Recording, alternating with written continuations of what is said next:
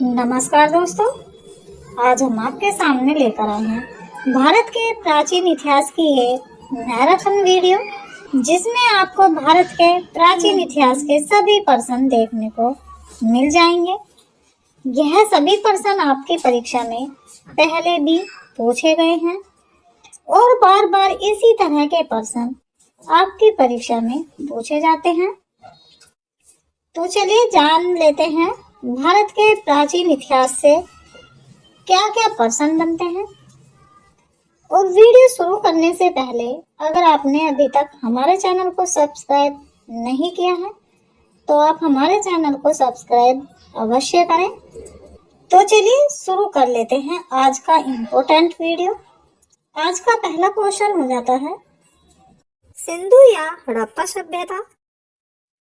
हड़प्पा सभ्यता का सर्वप्रथम मान्यता प्राप्त काल है, तो मान्यता प्राप्त काल है 2500 ईसा पूर्व से 1750 ईसा पूर्व। सिंधु घाटी की सभ्यता में घोड़े के अवशेष कहाँ मिले, तो घोड़े के अवशेष मिले थे सुरकोटदा में। सिंधु घाटी स्थल कालीबंगान किस प्रदेश में है, तो कालीबंगान हो जाएगा राजस्थान में। किस पदार्थ का उपयोग हड़प्पा काल की मुद्राओं के निर्माण में मुख्य रूप से किया गया था, तो ये में किया गया था सेल खड़ी का। हड़प्पा सभ्यता किस युग की थी, हड़प्पा सभ्यता थी काशी युग की। सिंधु घाटी सभ्यता के लोगों का मुख्य व्यवसाय क्या था, तो मुख्य व्यवसाय था व्यापार। हड़प्पा सभ्यता के निवासी थे, तो हड़प्पा सभ्यता के निवासी थे शहरी। सिंधु सभ्यता के घर किससे बनाए जाते थे, तो सिंधु सभ्यता के घर बनाए जाते थे ईंटों से। हड़प्पावासी किस वस्तु के उत्पादन में सर्वप्रथम थे, तो हड़प्पावासी सर्वप्रथम थे कपास के उत्पादन में। हड़प्पा सभ्यता का सर्वप्रथम खोजकर्ता कौन था, तो हड़प्पा सभ्यता का सर्वप्रथम खोजकर्ता था दयाराम साहनी। सिंधु सभ्यता का पतन नगर बंदरगाह कौन सा था, तो पतन नगर बंदरगाह था लोथल। पैमानों की खोज ने यह सिद्ध कर दिया कि सिंधु घाटी के लोग माप और तोल से परिचित थे। यह खोज कहाँ पर हुई, तो ये खोज हुई थी लोथल में। मोहनजोदड़ो को किस एक अन्य नाम से भी जाना जाता है, तो ये जाना जाता है मिरक्काको के टीले के नाम से भी। हड़प्पा सभ्यता का प्रचलित नाम है, तो हड़प्पा सभ्यता का प्रचलित नाम है सिंधु घाटी की सभ्यता। कपास का उत्पादन सर्वप्रथम सिंधु क्षेत्र में हुआ, जिसे ग्रीक या यूनानियों के लोगों ने किस नाम से पुकारा, तो ये पुकारा था सिंडन के नाम से। सिंधु घाटी सभ्यता जानी जाती है, तो सिंधु घाटी सभ्यता जानी जाती है अपने नगर नियोजन के लिए। भारत में खोजा गया सबसे पहला पुराना शहर था, तो सबसे पहले पुराना शहर था हड़प्पा। भारत में चांदी की उपलब्धता के प्राचीनतम साक्ष्य मिलते हैं, तो ये मिलते हैं हड़प्पा संस्कृति से। हड़प्पा में एक उन्नत जल प्रबंध प्रणाली का पता चलता है, तो ये पता चलता है धोलावीरा में। हड़प्पा सभ्यता की खोज किस वर्ष हुई थी, हड़प्पा सभ्यता की खोज हुई थी 1921 ईस्वी में। हड़प्पा के मिट्टी के बर्तनों पर सामान्यतः किस रंग का उपयोग हुआ था, तो ये हुआ था लाल रंग का उपयोग। सिंधु घाटी सभ्यता की विकसित अवस्था में किस स्थल से घरों में कुओं के अवशेष मिले हैं, तो ये मिले हैं मोहनजोदड़ो से। सिंधु घाटी सभ्यता को खोज निकालने में जिन दो भारतीयों का नाम जुड़ा है वे हैं दयाराम साहनी एवं रखालदास बनर्जी। रंगपुर जहां हड़प्पा की समकालीन सभ्यता थी, तो वह थी सौराष्ट्र में। हड़प्पा एवं मोहनजोदड़ो की पुरातात्विक खुदाई के प्रभारी थे, तो ये प्रभारी थे सर जॉन मार्शल। किस पशु की आकृति जो मोहर पर मिलती है, जिसे ज्ञात होता है कि सिंधु घाटी एवं मेसोपोटामिया की सभ्यताओं के मध्य व्यापारिक संबंध थे, तो ये मिलती है बैल की आकृति। हड़प्पा के लोगों की सामाजिक पद्धति कैसी थी, तो ये सामाजिक पद्धति थी उचित समाजवादी।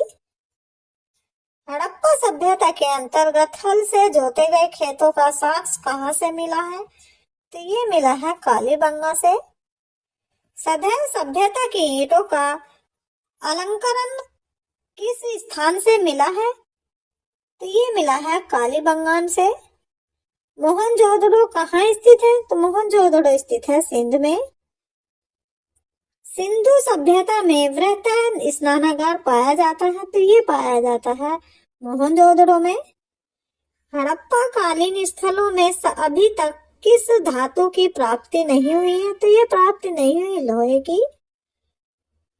किस पशु के अवशेष सिंधु घाटी सभ्यता में प्राप्त हुए हैं? तो ये प्राप्त हुए हैं गाय के अवशेष।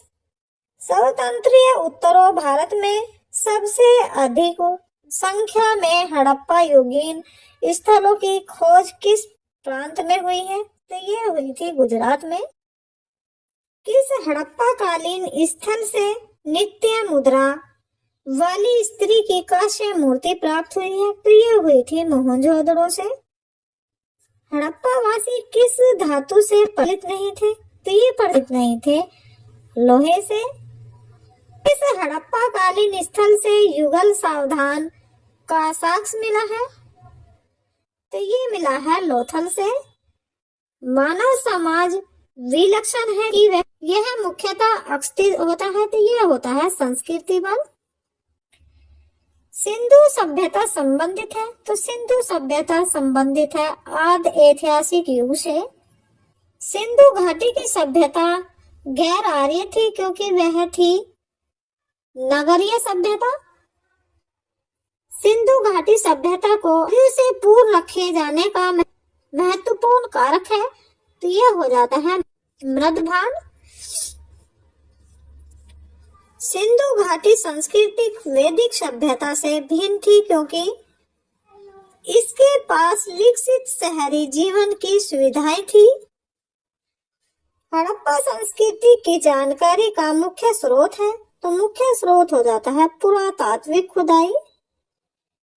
सिंधु घाटी के निवासियों की सभ्यता को जानने का मूल स्रोत है वहां पाए गए हैं, तो वहां पाए गए थे बर्तन, जेवर, हथियार तथा औजार।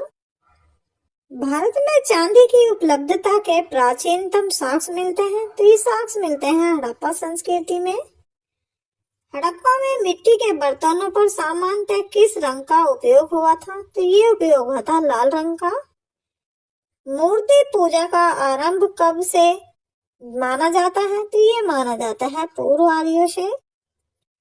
विशाल स्नानागार किस पुरातत्व स्थल से पाया गया था? तो ये पाया गया था मोहनजोदड़ो से। हड़प्पा सभ्यता स्थल लोथल स्थित है, तो ये स्थित है गुजरात में। धोलावीरा किस राज्य में स्थित है? तो धोलावीरा स्थित है गुजरात में। कौन सा हड़प्पा नगर 3 भागों में विभक्त है? तो ये हो जाता है धोलावीरा। आइए देखते हैं वैदिक सभ्यता। पूर्व वैदिक या ऋग्वैदिक संस्कृति का काल किसे माना जाता है? तो ये माना जाता है 1500 ईसा पूर्व से 1000 ईसा पूर्व को। उत्तर वैदिक संस्कृति का काल किसे माना जाता है? तो ये माना जाता 1000 ईसा पूर्व से 600 ईसा पूर्व को। आर्य शब्द का शताब्दिक अर्थ है, तो आर्य शब्द का शताब्दिक अर्थ है श्रेष्ठ या कुलीन। किस फसल का ज्ञान वैदिक काल के लोगों को नहीं था? तो वैदिक काल के लोगों को नहीं था तंबाकू की फसल का ज्ञान। उत्तर काल के वैदिक विरोधी और ब्राह्मण विरोधी धार्मिक अध्यापकों को किस नाम से जाना जाता था? तो ये जाना जाता था सरमन के नाम से। वैदिक गणित का महत्वपूर्ण अंग है, महत्वपूर्ण अंग हो जाता शुल्ब सूत्र। किस वेद में प्राचीन वैदिक युग की संस्कृति के बारे में सूचना दी गई है? तो ये दी गई है ऋग्वेद में। वेदों की संख्या कितनी है? तो वेदों की संख्या है 4। भारत के राजची में प्रयुक्त होने वाले शब्द सत्यमेव जयते किस उपनिषद के से लिया गए हैं? तो ये लिए गए मुंडक उपनिषद से। ऋग्वेदी कार्यों का मुख्य व्यवसाय क्या था? तो मुख्य व्यवसाय था पशुपालन। भारतीय संगीत का आदि ग्रंथ कहा जाता है, तो ये कहा जाता है सामवेद को। आइए देखते हैं प्रमुख दर्शन और उनके प्रवर्तक। तो दर्शन ये हो जाते हैं और ये हो जाते हैं उनके प्रवर्तक।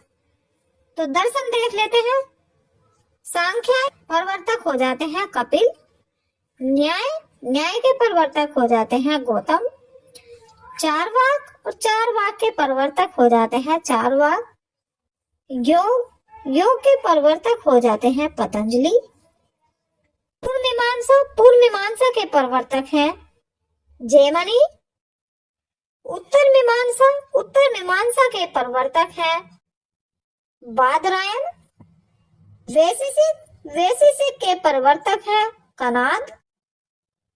प्रथम विधि निर्माता कौन है? तो प्रथम विधि निर्माता है मनु।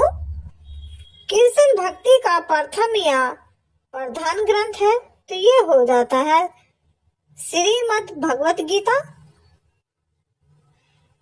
ऋग्वेद में संपत्ति का प्रमुख रूप क्या है? तो ऋग्वेद में संपत्ति का प्रमुख रूप हो जाता है गोधन। ऋग्वेद के किस मंडल में शूद्र का उल्लेखन पहली बार मिलता है? तो ये मिलता है 10वें ऋग्वेद में। तो की ऋचाओं का पढ़ने वाले ऋषि को क्या कहते हैं? इस ऋषि को कहते हैं होत्र। ऋग्वेद का संबंध किससे है? तो ऋग्वेद का संबंध हो जाता है ईश्वर महिमा से। ऋग्वेद में कुल मंडल है, तो ऋग्वेद में कुल मंडल है 10। ऋग्वेद में कुल सूक्तियां हैं, तो सूक्तियां हो जाती हैं 1028। ऋग्वेद में कुल ऋचाएं हैं, तो ऋचाएं हो जाती हैं 1580। ऋग्वेद में इंद्र के लिए ऋचाएं हैं, तो इंद्र के लिए ऋचाएं हो जाएंगी 250। ऋग्वेद में अग्नि के लिए ऋचाएं हैं, तो अग्नि के लिए ऋचाएं हो जाएंगी 200। सबसे पुराना वेद कौन सा है? तो सबसे पुराना वेद है ऋग्वेद। वेदों की संख्या 4 है। ऋग्वेद, सामवेद, यजुर्वेद तथा अर्थवेद। इनमें सबसे प्राचीन वेद ऋग्वेद है।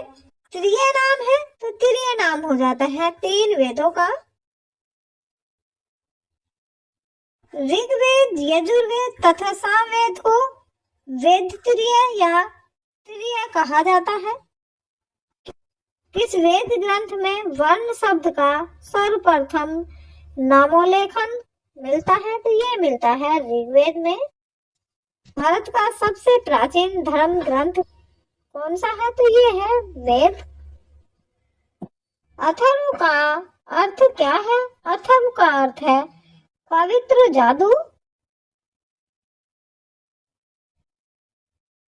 पूर्व मीमांसा दर्शन के प्रतिपादक कौन है? तो ये हो जाते हैं जैमिनी। सबसे प्राचीन पुराण कौन सा है? तो सबसे प्राचीन पुराण है मत्स्य पुराण। ब्राह्मण ग्रंथों में सबसे प्राचीन ग्रंथ कौन सा है? तो ब्राह्मण ग्रंथों में सबसे प्राचीन ग्रंथ है शतपथ ब्राह्मण। वर्ण अवस्था से संबंधित पुरुष सूक्त मूलतः पाया जाता है, तो ये पाया जाता है ऋग्वेद में। गोपद ब्राह्मण संबंधित है, तो ये संबंधित है अथर्ववेद से। उपनिषदों का मुख्य विषय है, तो मुख्य विषय हो जाता है दर्शन। निचेता आख्यान का उल्लेखन मिलता है, तो ये मिलता है कठोपनिषद में। पुराणों की संख्या कितनी है? तो पुराणों की संख्या हो जाती है 18। वैदिक धर्म का मुख्य लक्ष्य किसकी उपासना से था? तो ये था प्राकृतिक से।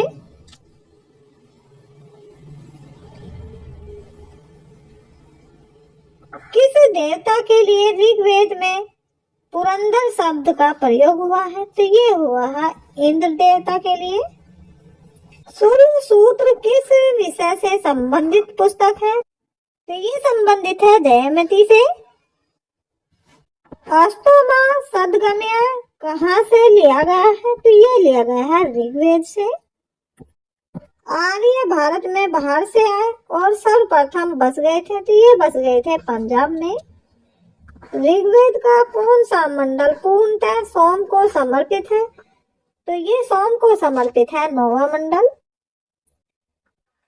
प्रसिद्ध 10 राजाओं का युद्ध दशरथ राज युद्ध किस नदी के तट पर लड़ा गया तो ये लड़ा गया था परूषणी नदी पर। धर्मशास्त्रों में भू स्वराज की दर क्या है तो ये हो जाती है 1% 6। 800 ईसा पूर्व से 600 ईसा पूर्व का काल किस युग से जुड़ा है तो ये जुड़ा है ब्राह्मण युग से। आरंभिक वैदिक साहित्य में सर्वाधिक वर्णित नदी है तो ये नदी हो जाती है सिंधु नदी। उपनिषद काल के राजा अशुपति कहाँ के शासक थे तो ये शासक थे के। अध्यात्म ज्ञान के विषय में निचेकता और यम का संवाद किस उपनिषद में प्राप्त होता है तो ये प्राप्त होता है कठोप उपनिषद में। वैदिक नदी कुंभा काबुल का स्थान कहाँ निर्धारित होना चाहिए तो ये निर्धारित होना चाहिए अफगानिस्तान में। कपिल मुनि द्वारा प्रतिपादित दार्शनिक प्रणाली है तो ये प्रणाली है सांख्य दर्शन। भारत के किस स्थल की खुदाई से लोहे धातु के प्रचलन के प्राचीनतम प्रमाण मिले हैं तो ये मिले थे अतरंजी खेड़ा में। किस काल में अछूत की अवधारणा स्पष्ट रूप से उदित हुई तो ये हुई थी धर्मशास्त्र के काल में। गायत्री मंत्र देवी सावित्री को संबोधित किस पुस्तक में मिलता है तो ये मिलता है ऋग्वेद में। न्याय दर्शन को प्रचारित किया था तो ये क्या था गौतम ने। प्राचीन भारत शिक्षक से जाने जाते थे तो ये जाने जाते थे साउन आभूषण। योग दर्शन के प्रतिपादक हैं तो योग दर्शन के प्रतिपादक हैं पतंजलि। उपनिषद पुस्तक है तो उपनिषद पुस्तक है दर्शन पर। पूर्व वैदिक आर्यों का धर्म मुख्यतः था तो ये हो जाता है प्राकृतिक पूजा और यज्ञ। चरक साहित्य नामक पुस्तक किस विषय से संबंधित है तो ये संबंधित है चिकित्सा से। यज्ञ संबंधी विधि विधानों का पता चलता है तो ये पता चलता है यजुर्वेद में। वैदिक युगिन सभा क्या थी तो वैदिक युगिन सभा थी मंत्री परिषद। वैदिक युग में प्रचलित लोकप्रिय शासन प्रणाली थी तो शासन प्रणाली हो जाती है गणतंत्र की। सबसे प्राचीन वेद कौन सा है तो सबसे प्राचीन वेद है ऋग्वेद। कौन भारतीय दर्शन की आरंभिक विचारधारा है तो विचारधारा हो जाती है सांख्य की। सांख्य योग न्याय विशेषिक मीमांसा एवं वेदांत इन 6 विभिन्न भारतीय दर्शनों की स्पष्ट रूप से अभिव्यक्ति हुई है तो ये हुई है वैदिक युग में। वह दस्तकारी कौन सी है जो आर्यों द्वारा व्यापार में नहीं लाई गई थी तो ये नहीं लाई गई थी लोहारगिरी। प्राचीनतम व्याकरण अष्टाध्यायी के रचनाकार है तो अष्टाध्यायी के रचनाकार हो जाते हैं पाणिनि। कौन सी स्मृति प्राचीनतम है तो ये प्राचीनतम है मनुस्मृति। आदि काव्य की संज्ञा किसे दी जाती है तो ये दी जाती है रामायण को। प्राचीनतम पुराण है तो प्राचीनतम पुराण हो जाती है मत्स्य पुराण। ऋग्वेद में सबसे पवित्र नदी किसे माना जाता है तो सबसे पवित्र नदी माना जाता है सरस्वती को। वैदिक समाज की आधारभूत इकाई है, तो आधारभूत इकाई हो जाती है काल कुटुंब की। ऋग्वैदिक युग की प्राचीनतम संस्था कौन सी थी? तो ये संस्था हो जाती है विदथ। ब्राह्मण ग्रंथों में सर्वाधिक प्राचीन कौन है? तो सर्वाधिक प्राचीन हो जाते हैं शतपथ ब्राह्मण। ग्रोथ अवस्था प्रचलन में कब आई? तो ये आई थी उत्तर वैदिक काल में। मनुस्मृति मुख्यतः संबंधित है, तो ये संबंधित हो जाती है समाज व्यवस्था से। गायत्री मंत्र की रचना किसने की? तो गायत्री मंत्र की रचना की थी विश्वामित्र ने। अवस्था और ऋग्वेद में समानता है। अवस्था किस क्षेत्र से संबंधित है? तो ये संबंधित हो जाता है ईरान से। किसका संकलन ऋग्वेद पर आधारित है? तो ये आधारित है सामवेद का। किस वेद में जादुई माया और विकरण का वर्णन है? तो विकरण का वर्णन है अथर्ववेद में। अब ये शब्द इंगित करता है, तो ये करता है नर जाति समूह को। प्राचीनतम विवाह संस्कार का वर्णन करने वाला विवाह सूक्त किसमें पाया जाता है? तो ये पाया जाता है ऋग्वेद में। ऋग्वेद में अघन्य वध योग नहीं शब्द का प्रयोग किसके लिए किया गया था? तो ये किया गया था गाय के लिए। ऋग्वेद में किन नदियों का उल्लेखन अफगानिस्तान के बाद आर्यों के संबंध का सूचक है? तो ये हो जाता है कुंभा कर्मु। आर्यों के आर्किटिक होम सिद्धांत का पक्ष किसने लिया था? तो ये लिया था बीजी तिलक ने। अथर्व का अर्थ है पवित्र जादू। कौन सा वेद अशांत गद्य रूप में भी रचित है? तो ये रचित है यजुर्वेद में।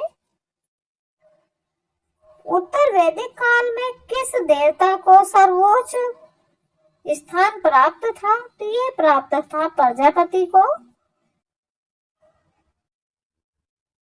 संस्कारों की कुल संख्या कितनी है? तो संस्कारों की संख्या हो जाती है 16। कर्म का सिद्धांत संबंधित है, तो ये संबंधित हो जाता है मीमांसा से। आइए देखते हैं बौद्ध धर्म व जैन धर्म। गौतम बुद्ध का जन्म कब हुआ? गौतम बुद्ध का जन्म हुआ 563 ईसा पूर्व। गौतम बुद्ध का जन्म स्थल था लुम्बिनी।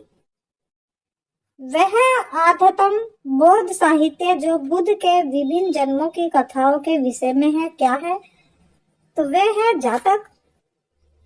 त्रिपिटक धर्म ग्रंथ है बौद्धों का। बुद्ध ने किस स्थान पर महापरिनिर्वाण मृत्यु प्राप्त की थी? तो ये की थी कुशीनगर में। भारत में सबसे प्राचीन विहार है, तो ये है नालंदा।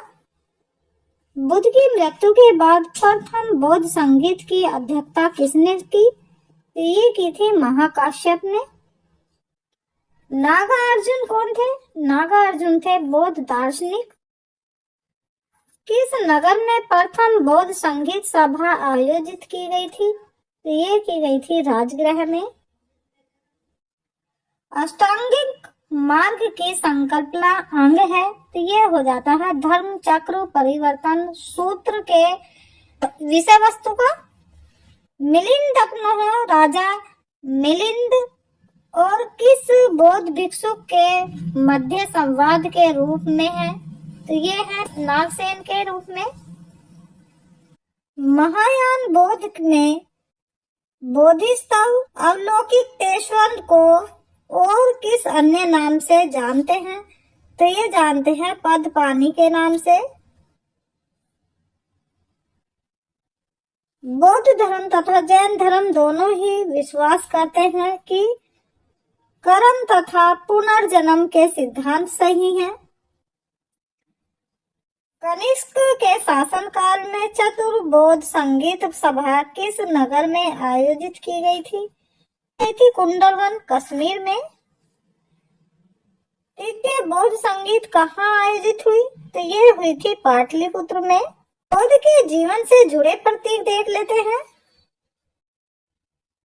हाथी, हाथी का प्रतीक हो जाता है बुद्ध के गर्भ में आने का प्रतीक। कमल, कमल हो जाता है जीवन का प्रतीक। सांड, यौवन का प्रतीक। घोड़ा हो जाता है गृह त्याग का प्रतीक। पीपल, ज्ञान का प्रतीक। शेर हो जाता है समृद्धि का प्रतीक। पदचिन्ह हो जाता है निर्वाण का प्रतीक। स्तूप हो जाता है मृत्यु का प्रतीक। गौतम बुद्ध का गुरु कौन था? गौतम बुद्ध का गुरु था आलार कलाम। बुद्ध ने वैराग्य भावना किस 4 दृश्यों के कारण बलवंत हुई? तो ये बलवंत हुई थी बूढ़ा, रोगी, लाश, सन्यासी। बुद्ध ने सर्व अधिक उपदेश कहाँ दिए? सबसे अधिक उपदेश दिए थे श्रावस्ती में। बौद्ध शिक्षा का केंद्र था, बौद्ध शिक्षा का केंद्र था विक्रमशिला। भारत में सबसे बड़ा बौद्ध स्तूप कहाँ स्थित है? तो ये स्तूप स्थित है सांची में। शासक ने बौद्धों के लिए विख्यात विक्रमशिला विश्वविद्यालय की स्थापना की थी। तो ये की थी धर्मपाल ने। किसके द्वारा तृतीय बौद्ध संगीत को संरक्षण प्रदान किया गया था? तो ये किया गया था अशोक द्वारा। बौद्ध ग्रंथ पिटकों की रचना किस भाषा में की गई है? तो ये की गई है पाली भाषा में। कश्मीर में कनिष्क के शासन काल में जो बौद्ध संगीत आयोजित हुई थी उसकी अध्यक्षता किसने की थी? तो उसकी अध्यक्षता की थी वसुमित्र ने। मठ, मंदिर और स्तूप किस धर्म से संबंधित है? तो ये संबंधित है बौद्ध धर्म से। बौद्ध धर्म एवं जैन धर्म दोनों के उपदेश किसके शासनकाल में दिए गए थे? तो ये दिए गए थे बिंबिसार के शासनकाल में। गौतम बुद्ध ने अपना प्रथम उपदेश कहाँ दिया था? तो गौतम बुद्ध ने अपना प्रथम उपदेश दिया था सारनाथ में। बौद्ध धर्म ग्रहण करने वाली पहली महिला कौन थी? तो पहली महिला थी महाप्रजापति गौतमी। बोध गया स्थित है? तो बोध गया स्थित है बिहार में। जातक किसका ग्रंथ है? तो जातक ग्रंथ है बौद्धों का। सिद्धांत बौद्ध को ज्ञान प्राप्ति कहाँ हुई थी? ज्ञान प्राप्ति हुई थी बोध गया में। सारनाथ में बुद्ध का प्रथम प्रवचन कहलाता है? तो ये कहलाता है धर्म चक्र परिवर्तन। बौद्ध धर्म ने समाज के किन वर्गों पर महत्वपूर्ण प्रभाव डाला? महत्वपूर्ण प्रभाव डाला था महिला और शूद्र पर। बुद्ध के गृह त्याग का प्रतीक है? तो बुद्ध के गृह त्याग का प्रतीक है घोड़ा। गौतम बुद्ध द्वारा भिक्षुकनी संघर्ष की स्थापना कहाँ की गई थी? तो ये की गई थी कपिलवस्तु में। सर्वप्रथम शून्यवाद, शून्यता का सिद्धांत का प्रतिपादन करने वाला बौद्ध दार्शनिक का नाम है? तो बौद्ध दार्शनिक नाम है नागार्जुन। किस शासक के शासनकाल में नेपाल में बौद्ध धर्म का गमन हुआ था? तो यह गया था अशोक के शासनकाल में। सांची क्यों विख्यात है? तो सांची विख्यात है सबसे बड़ा बौद्ध स्तूप के लिए। किस भाषा का ज्यादा प्रयोग बौद्धवाद के विचार के लिए किया गया है? तो ये किया गया है पाली का। महावीर स्वामी का जन्म कहाँ हुआ था? तो महावीर स्वामी का जन्म हुआ था कुंडग्राम में। किसे एशिया की रोशनी कहा जाता है? तो एशिया की रोशनी कहा जाता है गौतम बुद्ध को। बुद्ध के जीवन की किस घटना को महाभीष्म कर्म के रूप से जाना जाता है? तो ये जाना जाता है उसका गृह त्याग। गौतम बुद्ध की माँ किस वंश से संबंधित थी? तो ये संबंधित थी कोलिय वंश से किस राजा के एक अभिलेखन से सूचना मिलती है कि शाक्य मुनि बुद्ध का जन्म लुम्बिनी में हुआ था? तो ये हुआ था अशोक का। मौर्य वंशीय शासक अशोक के लुम्बिनी अभिलेखन से सूचना मिलती है कि शाक्य मुनि बुद्ध का जन्म लुम्बिनी में हुआ था। इस अभिलेखन में लुम्बिनी को बुद्ध का जन्म स्थल होने के कारण इससे कर छूट प्रदान करने की घोषणा का भी उल्लेखन है। महात्मा बुद्ध ने अपना पहला धर्म चक्र परिवर्तन किस स्थान पर दिया था? ये दिया था सारनाथ में। गौतम बुद्ध ने ज्ञान प्राप्ति के बाद सबसे पहला सारनाथ वाराणसी के निकट 5 ब्राह्मण सन्यासियों को पहला उपदेश दिया। इसे प्रथम उपदेश को धर्म चक्र परिवर्तन कहा जाता है। बुद्ध ने सर्वाधिक उपदेश दिए थे, तो बुद्ध ने सर्वाधिक उपदेश दिए थे श्रावस्ती में। महावीर का जन्म किस क्षेत्रीय गोत्र में हुआ था? तो ये हुआ था जांत्रिका में। महावीर की माता कौन थी? महावीर की माता थी तिरसला। महावीर का मूल नाम था वर्धमान। महावीर की मृत्यु कहाँ हुई थी? महावीर की मृत्यु हुई थी पावापुरी में। जैनियों के पहले तीर्थीकार कौन थे? तो जैनियों के पहले तीर्थीकार थे ऋषभदेव। जैन परंपरा के अनुसार जैन धर्म में कुल कितने तीर्थकार हुए? तो ये हुए थे 24। जैन परंपरा के अनुसार महावीर कौन से तीर्थकार थे? तो ये थे 24वें। जैन दर्शन के अनुसार सृष्टि की रचना एवं पालन पोषण सार्वभौमिक साहित्य से हुआ था। जैन समुदाय में प्रथम विभाजन के श्वेतांबर संप्रदाय के संस्थापक थे। तो ये संस्थापक थे स्थूलभद्र। जैन तीर्थकर नाथ द्वारा प्रतिपादित 4 महाव्रतों में महावीर स्वामी ने 5वें महाव्रत के रूप में क्या यह छोड़ा था? ब्रह्मचर्य। भगवान महावीर का प्रथम शिष्य कौन था? तो भगवान महावीर का प्रथम शिष्य था जमाली।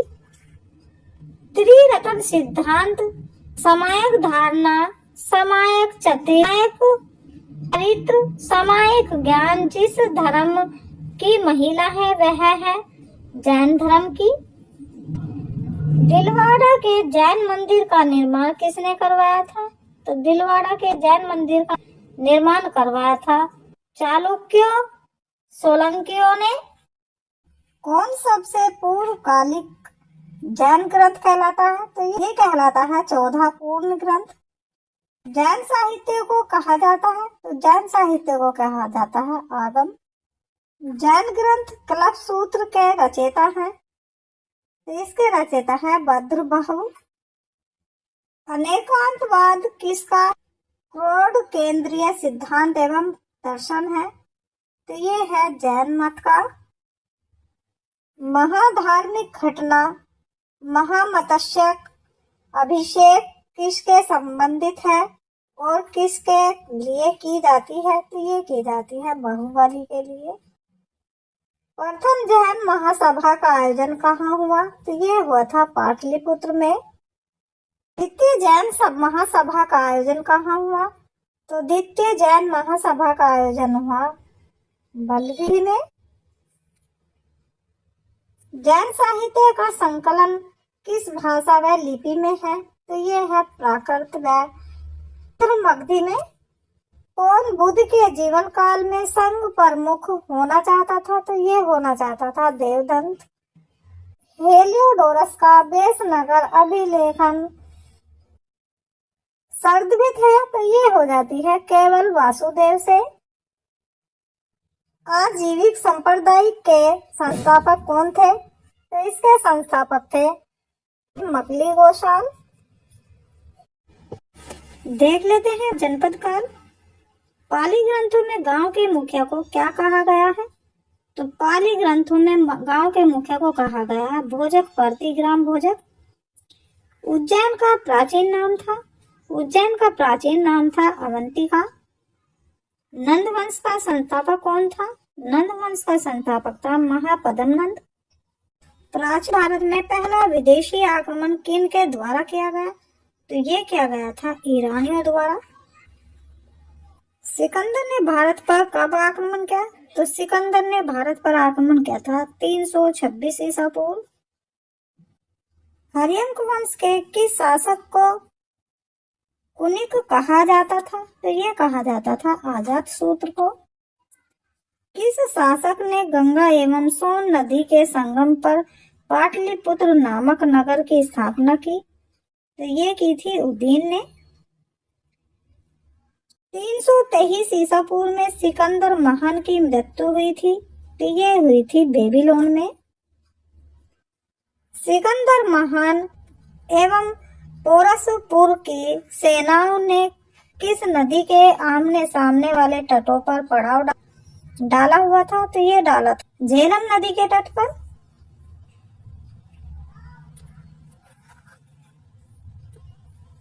किस प्रकार का मध्य भांड पृथ्वी भारत में द्वितीय नागरिक शहरीकरण के प्रारंभ का प्रतीक माना गया है? तो यह माना गया है उत्तरी काले पालिशकृत बर्तन। मगध की प्रथम राजधानी कौन सी थी? मगध की प्रथम राजधानी थी ग्रीव्रज राजगृह।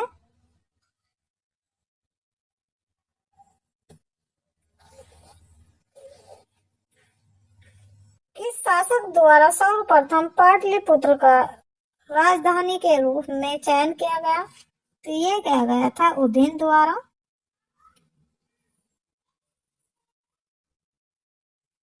16 महाजनपदों की सूची उपलब्ध है अंगुत्तर निकाय में। मगध का कौन सा राजा सिकंदर महान का समकालीन था? तो ये था घनानंद। प्रथम मगध साम्राज्य का उत्कर्ष इस सदी में हुआ था? तो ये हुआ था 6ठी सदी ईसा पूर्व में। सिकंदर के आक्रमण के समय उत्तर भारत पर किस राजवंश का शासन था? तो ये था नंद वंश का। ईसा पूर्व 6ठी सदी में प्रारंभ में भारत का सर्वप्रथम शक्तिशाली नगर राज्य था, तो ये था मगध।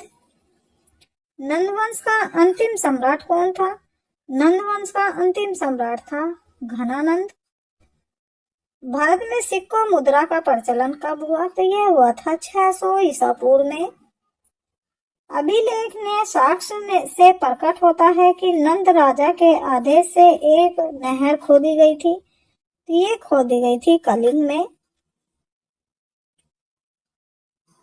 पहला ईरानी शासक जिसने भारत के कुछ भागों को अपने अधीन किया था, तो ये क्या था? डेरियस ने।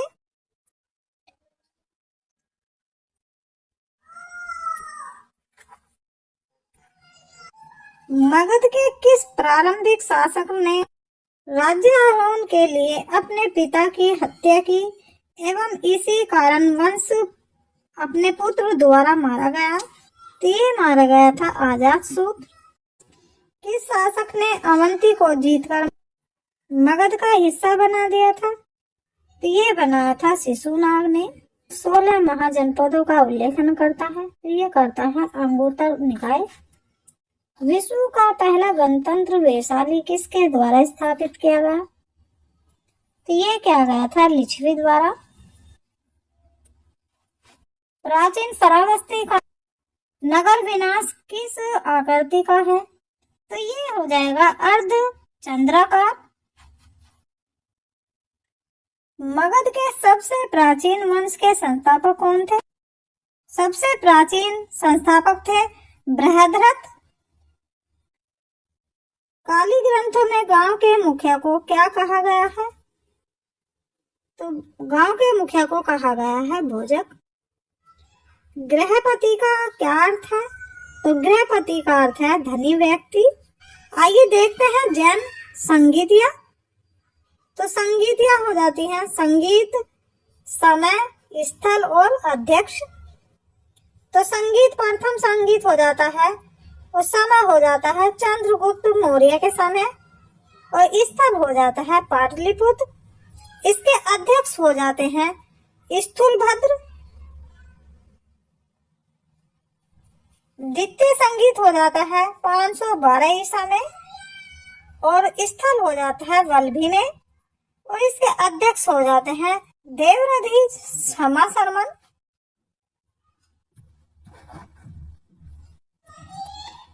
बौद्ध संगीतियां देखते हैं। ये संगीत हो जाते हैं, ये समय हो जाता है, ये शासक, ये स्थान और ये उनके अध्यक्ष। तो प्रथम संगीत देख लेते हैं। समय हो जाता है 483 ईसा पूर्व, शासक हो जाता है अजातशत्रु, स्थान हो जाता है राजगिर और इनके अध्यक्ष हो जाते हैं महाकश्यप। द्वितीय संगीत देख लेते हैं। ये हो जाता है द्वितीय संगीत। समय हो जाता है 383 ईसा पूर्व, शासक हो जाता है कालासोक, स्थान हो जाता है वैशाली, अध्यक्ष हो जाते हैं शाहरुकामनी। ये हो जाता है तृतीय संगीत। समय हो जाता है 251 ईसा पूर्व, शासक हो जाता है अशोक, स्थान हो जाता है पाटलिपुत्र, अध्यक्ष हो जाते हैं मोगलीपुत्र। चौथा संगीत देख लेते हैं। इस समय हो जाता है प्रथम सदी ईसा, शासक हो जाता है कनिष्क, स्थान हो जाता है कुंडलवन और अध्यक्ष हो जाते हैं वसुमित्र। आइए देखते हैं महाजनपद और उनकी राजधानी।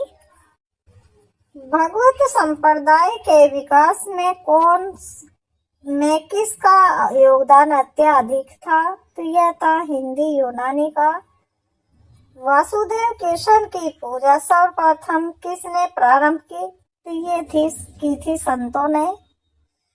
प्राचीनतम विश्वविद्यालय कौन सा था? तो ये विश्वविद्यालय था नालंदा। देख लेते हैं जनपद काल।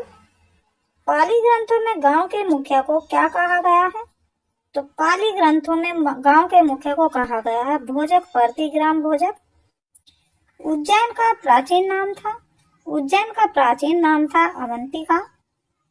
नंद वंश का संस्थापक कौन था? नंद वंश का संस्थापक था महापद्म नंद। प्राचीन भारत में पहला विदेशी आक्रमण किन के द्वारा किया गया? तो ये किया गया था ईरानियों द्वारा। सिकंदर ने भारत पर कब आक्रमण किया? तो सिकंदर ने भारत पर आक्रमण किया था 326 ईसा पूर्व। हर्यंक वंश के किस शासक को कुनिक कहा जाता था? तो ये कहा जाता था अजातशत्रु को। किस शासक ने गंगा एवं सोन नदी के संगम पर पाटलिपुत्र नामक नगर की स्थापना की? तो ये की थी उदयन ने। 323 ईसा पूर्व में सिकंदर महान की मृत्यु हुई थी। तो ये हुई थी बेबीलोन में। सिकंदर महान एवं पोरसपुर की सेनाओं ने किस नदी के आमने सामने वाले तटों पर डाला हुआ था? तो ये डाला था झेलम नदी के तट पर। किस प्रकार का मध्यभाग पटवी भारत में द्वितीय नागरिक शहरीकरण के प्रारंभ का प्रतीक माना गया है? तो यह माना गया है उत्तरी काले पालिशकृत बर्तन। मगध की प्रथम राजधानी कौन सी थी? तो मगध की प्रथम राजधानी थी ग्रीव्रज राजगृह।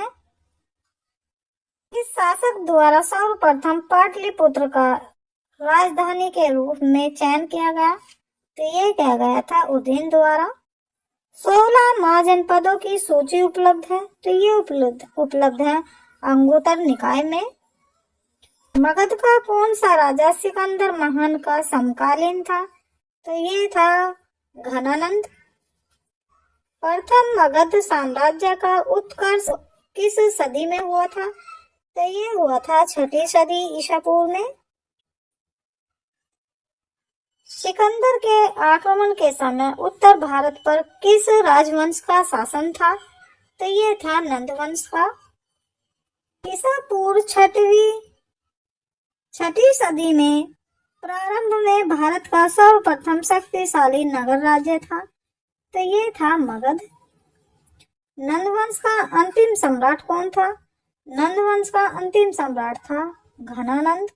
भारत में सिक्कों मुद्रा का प्रचलन कब हुआ? तो ये हुआ था 600 ईसा पूर्व में। अभिलेखनीय साक्ष्य से प्रकट होता है कि नंद राजा के आदेश से एक नहर खोदी गई थी। ये खोदी गई थी कलिंग में। पहला ईरानी शासक जिसने भारत के कुछ भागों को अपने अधीन किया था, तो ये क्या था? डेरियस ने। मगध के किस प्रारंभिक शासक ने राज्यारोहण के लिए अपने पिता की हत्या की? इसी कारण वंश अपने पुत्र द्वारा मारा गया। ये मारा गया था अजातशत्रु। किस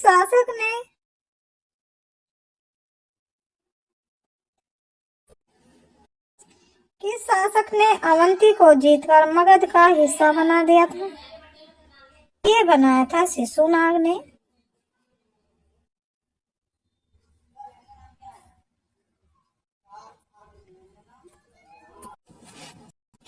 वो 16 महाजनपदों का उल्लेखन करता है, ये करता है अंगुत्तर निकाय। विश्व का पहला गणतंत्र वैशाली किसके द्वारा स्थापित किया गया? तो ये किया गया था लिच्छवी द्वारा।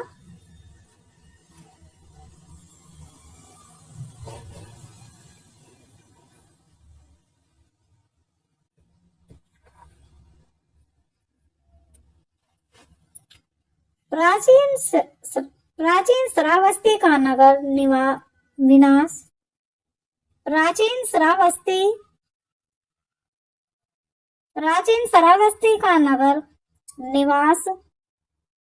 नगर विनाश किस आकृति का है? तो ये हो जाएगा अर्ध चंद्राकार। मगध के सबसे प्राचीन वंश के संस्थापक कौन थे? तो सबसे प्राचीन संस्थापक थे बृहद्रथ। काली ग्रंथों में गांव के मुखिया को क्या कहा गया है? तो गांव के मुखिया को कहा गया है भोजक। गृहपति का क्या अर्थ है? तो गृहपति का अर्थ है धनी व्यक्ति।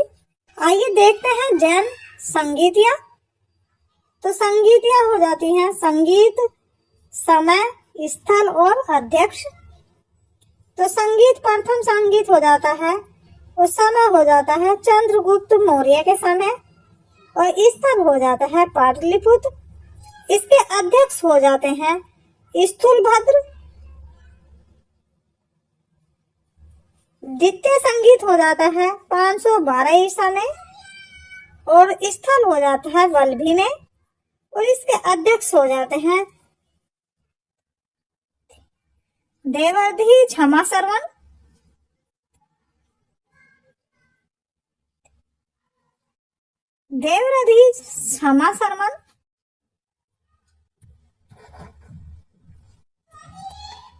बौद्ध संगीतियां देखते हैं। तो ये संगीत हो जाता है, ये हो जाता है समय, और ये इसके शासक, ये स्थान, और ये इसके अध्यक्ष। देख लेते हैं बौद्ध। ये संगीत हो जाते हैं, ये समय हो जाता है, ये शासक, ये स्थान, और ये इनके अध्यक्ष। तो प्रथम संगीत देख लेते हैं। समय हो जाता है 483 ईसा पूर्व। शासक हो जाता है अजातशत्रु। स्थान हो जाता है राजगिर, और इनके अध्यक्ष हो जाते हैं महाकश्यप। द्वितीय संगीत देख लेते हैं। ये हो जाता है द्वितीय संगीत। समय हो जाता है 383 ईसा पूर्व। शासक हो जाता है कालाशोक। शासक हो जाता है कालाशोक। स्थान हो जाता है वैशाली। अध्यक्ष हो जाते हैं सौरकामनी। ये हो जाता है तृतीय संगीत। समय हो जाता है 251 ईसा पूर्व। शासक हो जाता है अशोक। स्थान हो जाता है पाटलिपुत्र। अध्यक्ष हो जाते हैं मोगलीपुत्र। चौथा संगीत देख लेते हैं। इस समय हो जाता है प्रथम सदी ईसा। शासक हो जाता है कनिष्क। स्थान हो जाता है कुंडलवन और अध्यक्ष हो जाते हैं वसुमित्र।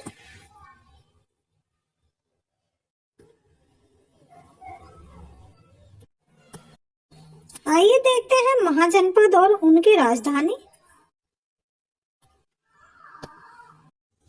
आइए देखते हैं महाजनपद की राजधानी। तो ये महाजनपद हो जाते हैं और ये हो जाती है उनकी राजधानी। मगध की राजधानी हो जाता है राजगृह या राजगीर। अंग की राजधानी हो जाती है चंपा आधुनिक भागलपुर। काशी की राजधानी हो जाती है वाराणसी या बनारस।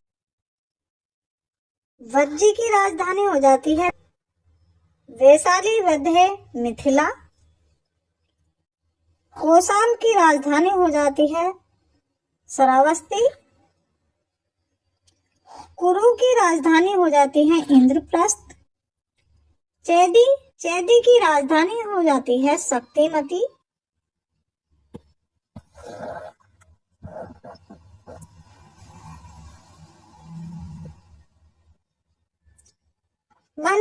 मल की राजधानी हो जाती है कुशीनगर एवं पावा। अस्मक की राजधानी हो जाती है पौधन्या या पोतन।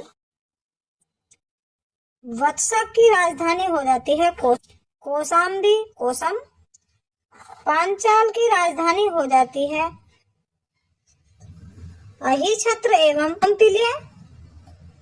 मत्स्य की राजधानी हो जाती है विराटनगर जयपुर। अवंती की राजधानी हो जाती है उज्जैनी या महिषामती। गांधार की राजधानी हो जाती है तक्षशिला एवं पुष्पवती। सूरसेन की राजधानी हो जाती है मथुरा। कंबोज की राजधानी हो जाती है जयपुर। देख लेते हैं मौर्य काल 322 ईसा पूर्व से 185 ईसा पूर्व। मौर्य समाज की स्थापना किसने की? तो मौर्य समाज की स्थापना की थी चंद्रगुप्त मौर्य ने। मौर्य साम्राज्य में प्रचलित मुद्रा का नाम क्या था? तो मुद्रा का नाम था पन। अशोक का उत्तराधिकारी कौन था? अशोक का उत्तराधिकारी था कुणाल। मुद्रा राक्षस का लेखक कौन था? मुद्रा राक्षस का लेखक था विशाखदत्त। वह व्यक्ति कौन है जिसका नाम देवान प्रियदर्शी भी था? तो देवान प्रियदर्शी भी नाम था मौर्य सम्राट अशोक का। कौटिल्य चाणक्य किसका प्रधानमंत्री था? तो कौटिल्य चाणक्य प्रधानमंत्री था चंद्रगुप्त मौर्य का।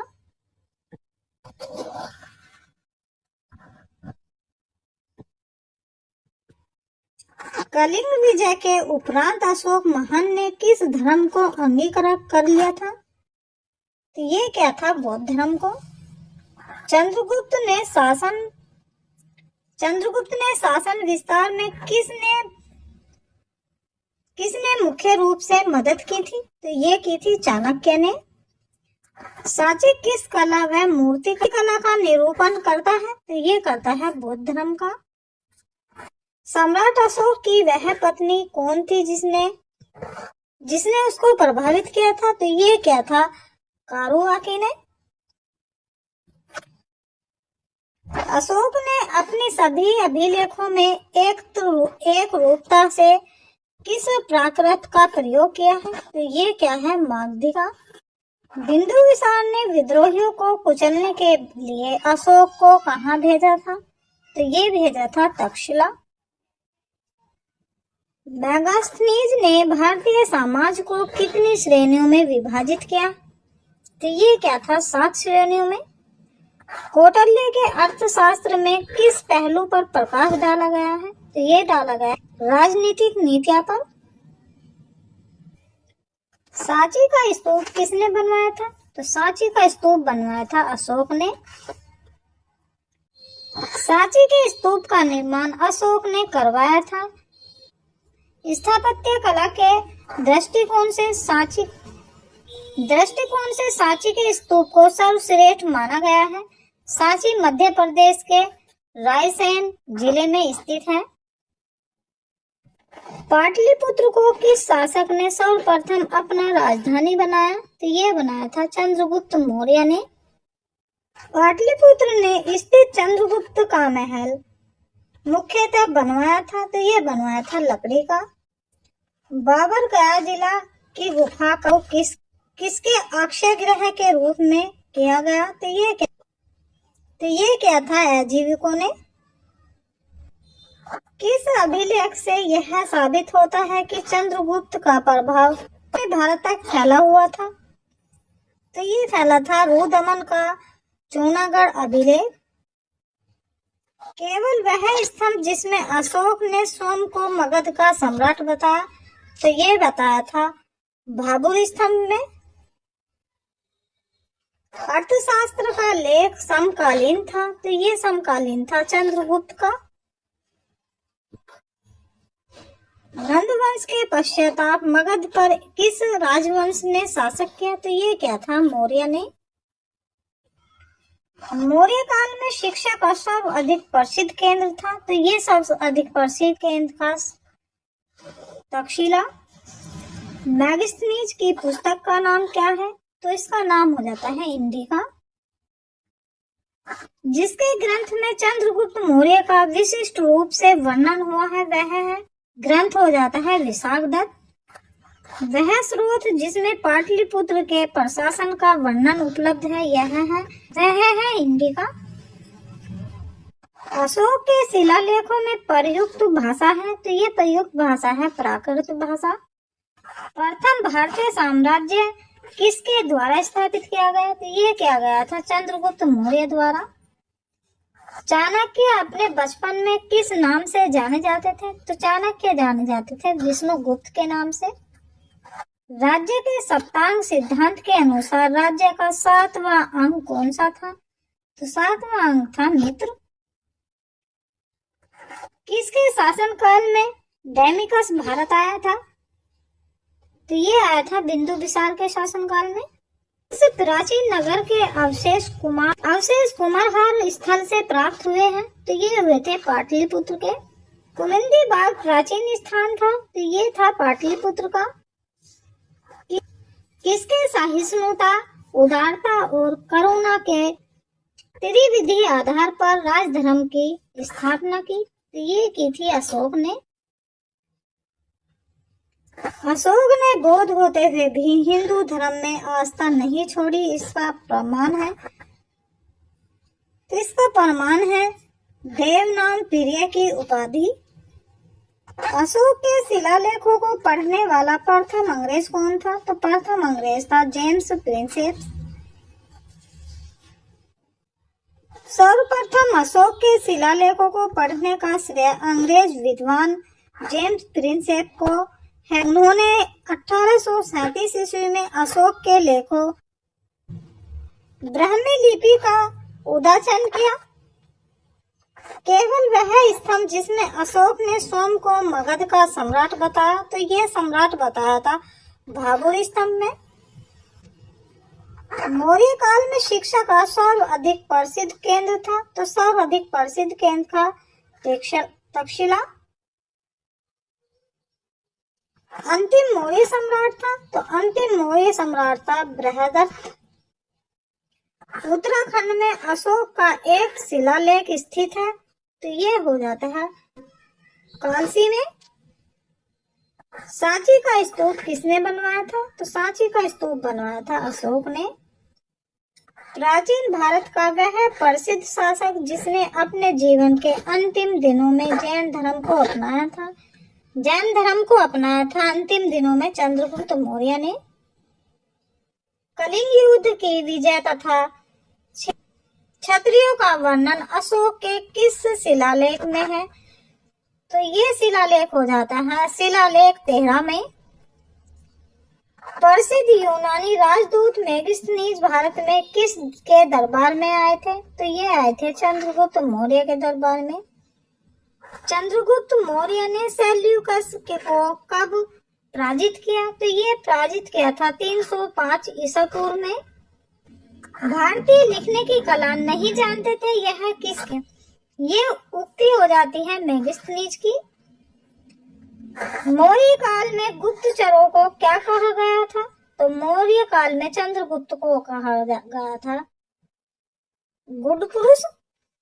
अशोक का समकालीन तुर्मे कहाँ का राजा था? तो ये था मिस्र का राजा। इस ग्रंथ में शूद्रों के लिए आर्य शब्द का प्रयोग हुआ है, तो ये हुआ है अर्थशास्त्र में। कौटिल्य द्वारा रचित अर्थशास्त्र कितने अधिकारों में विभाजित है? तो ये 15 अधिकारों में। अशोक ने 261 ईसा पूर्व में कलिंग को जीतने के बाद क्या किया? बाहरी रक्तपात देखकर युद्ध की नीति को सदा के लिए त्याग दिया। अशोक ने जो शिलालेख संगम राज्य के बारे में हमें बताते हैं उनमें शामिल है, तो उनमें शामिल हो जाता है दूसरा एवं 13वां। अशोक ने श्रीलंका में बौद्ध धर्म का प्रचार हेतु किसे भेजा? तो ये भेजा था महेंद्र और संघमित्रा को। अशोक के मनसहरा शाबाशगढ़ी से प्राप्त बृहत शिलालेखों में किस भाषा? तो ये क्या गया है? खरोष्टी भाषा का। श्रीनगर की स्थापना किस मौर्य शासक ने की? तो ये की थी अशोक ने। किस अभिलेख में चंद्रगुप्त मौर्य और अशोक दोनों का उल्लेख ने किया गया है? तो ये क्या गया? महाक्षत्रप रुद्रदमन का चूनागढ़ अभिलेख में। आइए देखते हैं मौर्य उत्तरकाल 185 ईसा पूर्व से 319 ईसा पूर्व। अंतिम मौर्य सम्राट बृहदत्त की हत्या कर किसने शुंग वंश की स्थापना की? तो ये की थी पुष्यमित्र ने। कानव वंश का संस्थापक कौन था? तो इसका संस्थापक था वासुदेव। सातवाहन वंश का संस्थापक कौन था? तो इसका संस्थापक था शिमुख। प्राचीन भारत का महान व्याकरण पतंजलि किसका समकालीन था? तो ये समकालीन था पुष्यमित्र शुंग का। सर्वप्रथम भारत में विशुद्ध संस्कृति भाषा में लंबा अभिलेख किस राजा द्वारा जारी किया गया? तो ये किया गया था शक राजा रुद्रदमन द्वारा। सातवाहनों ने आरंभिक दिनों में अपना शासन कहाँ शुरू किया? तो ये क्या था? महाराष्ट्र में। किस शासक ने सर्वप्रथम स्वर्ण मुद्राएं जारी की? तो ये की थी कड़फिस द्वितीय ने। किस वंश के शासकों ने क्षत्रप प्रणाली का प्रयोग किया? तो ये क्या था? शाकों ने। कुषाण काल में सबसे अधिक विकास किस क्षेत्र में हुआ था? तो ये हुआ था वास्तुकला में। भारत में प्रथम बार सैनिक शासन किसके द्वारा व्यवहार में लाया गया? ये लाया गया था ग्रीकों द्वारा। ईसा पूर्व दूसरी सदी के प्रारंभ में उत्तरी अफगानिस्तान में स्थापित भारत यूनानी राज्य था, तो ये था बैक्टीरिया। सर्वप्रथम रोम के साथ किन लोगों का व्यापार प्रारंभ हुआ? तो ये हुआ था तमिलों एवं चारों का। सातवाहनों ने पहले स्थानीय अधिकारों के रूप में काम किया था, तो ये क्या था? मौर्य के अधीन। वह महंतम उपासन नेता कौन था जो बौद्ध बन गया था? ये बन गया था कनिष्क। उपासन काल के दौरान मूर्ति कला की गांधार शैली किसका मिश्रण है? तो ये हो जाता है भारत ग्रीक यूनानी शैली। रोम साम्राज्य के अनुसरण पर किस वंश के शासकों ने केसर श्रीज की उपाधि ग्रहण की? तो ये की थी कुषाण ने।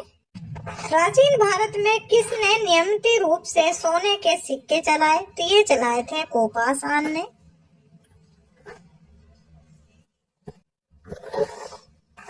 मौर्य के बाद दक्षिण भारत में सबसे प्रभावशाली राज्य था, तो सबसे प्रभावशाली राज्य था सातवाहन।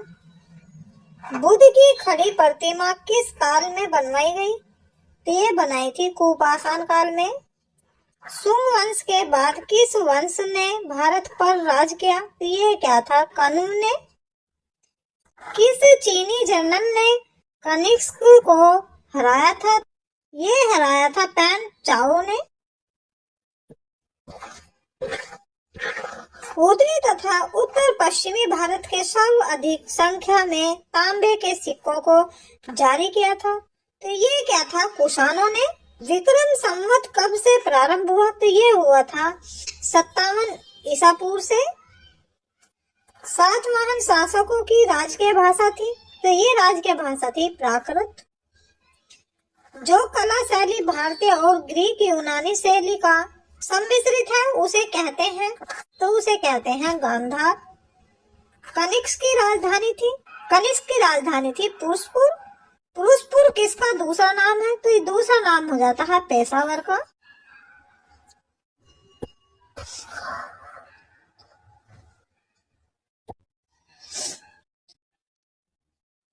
चरक किसके राज्य चिकित्सित थे? तो ये चिकित्सित थे कनिष्क के। तक्षशिला के प्रसिद्ध स्थल होने का कारण था, तो ये प्रसिद्ध कारण था गांधार कला। भारत में सर्वप्रथम स्वर्ण मुद्राएं किसने चलाई? तो ये चलाई थी इंडो बैक्ट्रियन ने। किस संग्रहालय में कुपाषाण कालीन मूर्तियों का संग्रह अधिक मात्रा में है? तो ये हो जाता है मथुरा संग्रहालय में। किस वंश के शासकों ने ब्राह्मणों एवं बौद्ध भिक्षुकों को कर मुक्त भूमि या गांव भूमि अनुदान देने की प्रथा आरंभ की? तो ये की थी सातवाहन ने। भारतीय रंगमंच में यमनी का पर्दा का शुभारंभ किसने किया? तो ये क्या था? यूनानियों ने। भारतीयों के महान रेशम मार्ग किसने आरंभ कराया? तो ये कराया था कनिष्क ने। संघ सावध का प्रारंभ किस सम्राट के शासनकाल में 78 ईसा से हुआ था? तो ये हुआ था कनिष्क के शासनकाल में। तक्षशिला विश्वविद्यालय स्थित है, तक्षशिला विश्वविद्यालय स्थित है भारत में। वर्तमान में तक्षशिला पाकिस्तान के रावलपिंडी जिले में स्थित है। प्राचीन काल में यह शिक्षा का प्रमुख केंद्र था। चाणक्य, चरक आदि ने यही शिक्षा प्राप्त की थी। प्राचीन काल में कलिंग का महान शासक कौन था? तो महान शासक था खारवेल। बुद्ध का किसके सिक्कों पर अंकन हुआ?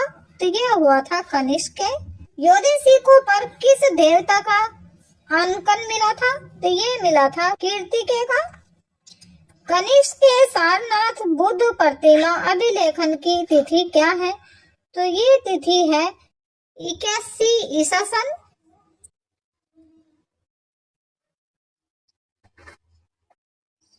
अश्वघोष किसका समकालीन था?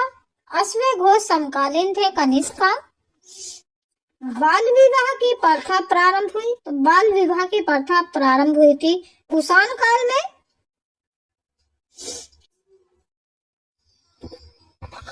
जो कला शैली भारतीय और यूनानी ग्रीक प्राकृतिक का सम्मिश्रण है उसे कहते हैं गांधार शैली। सातवाहन की राजधानी अवस्थित थी, तो ये थी अमरावती में। आंध्र सातवाहन राजाओं की सबसे लंबी सूची किस पुराण में मिलती है? तो ये मिलती है मत्स्य पुराण में। पूर्वी रोम शासक जस्टिनियन का सर्वाधिक महत्वपूर्ण योगदान किस क्षेत्र में था? तो यह था विधि के क्षेत्र में। देखते हैं संगम काल। संगम युग में उर्वरा युग किसके लिए विख्यात था? तो ये विख्यात था कपास के व्यापार का महत्वपूर्ण केंद्र। लोलकापियम ग्रंथ संबंधित है, तो ये संबंधित है व्याकरण और काव्य से। धार्मिक कविताओं का संकलन कुरान किस भाषा में है? तो ये है तमिल भाषा में। किस संगम युगीन राज्य के संरक्षण में 3 संगमों का आयोजन किया गया? तो ये किया गया था पांड्य। लाल चेयर के नाम से प्रसिद्ध वह चेर शासक कौन था जिसने अपनी पनतनी के मंदिर का निर्माण करवाया था? तो ये निर्माण करवाया था सेन गुटवन ने। तमिल भाषा के शिल्पाधिक्रम और मणिमेखलाई नामक गौरव ग्रंथ किससे संबंधित है? तो ये संबंधित है हिंदू धर्म से।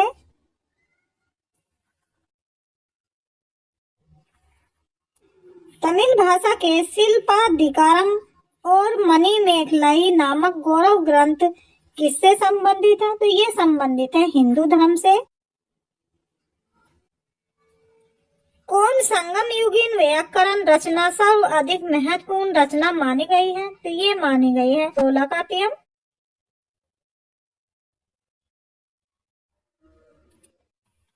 मुजरिस किस राज्य का प्रमुख बंदरगाह था? तो ये बंदरगाह था चैर का। प्राचीनतम तमिल देवता मुरुगन किस वैदिक देवता के सदृश है? ये सदृश है स्कंद के। समकालीन साहित्य में कौन को एवं मनन किसके लिए प्रयुक्त होते थे? तो ये होते थे राजा के लिए। तमिल काव्य का इलाइड कहा जाता है? तो ये कहा जाता है शिल्प अधिकारम को। चैर वंश का शासन किस क्षेत्र पर था? तो ये था केरल पर।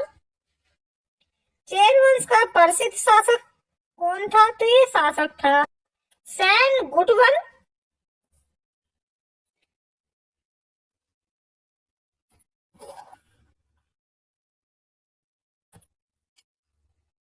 चोल वंश का प्रसिद्ध शासक कौन था? तो चोल वंश का प्रसिद्ध शासक था कैरिकाल। चोल काल में सूती वस्त्र उद्योग का प्रमुख केंद्र था? तो प्रमुख केंद्र था उरेयू।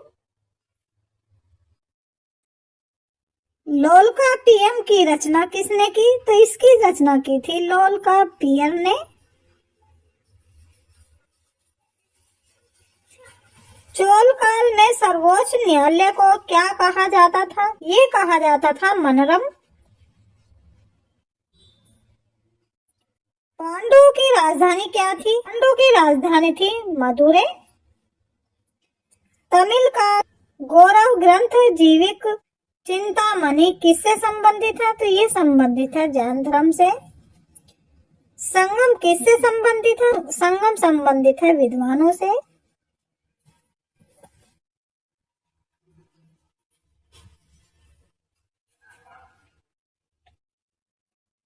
स्ट्रैबो के अनुसार संगम युग के किस वंश के शासक ने रोम सम्राट ऑगस्टस के दरबार में 20वीं ईसा पूर्व के लगभग अपना एक दूत भेजा?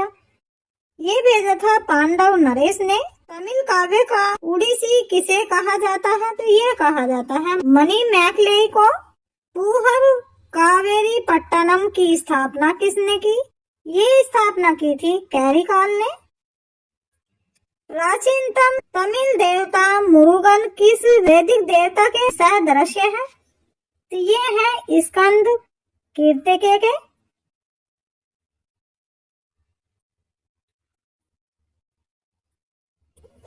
तो संगमों का आयोजन देख लेते हैं। ये संगम हो जाते हैं, ये स्थान, और ये हो जाते हैं उनके अध्यक्षता।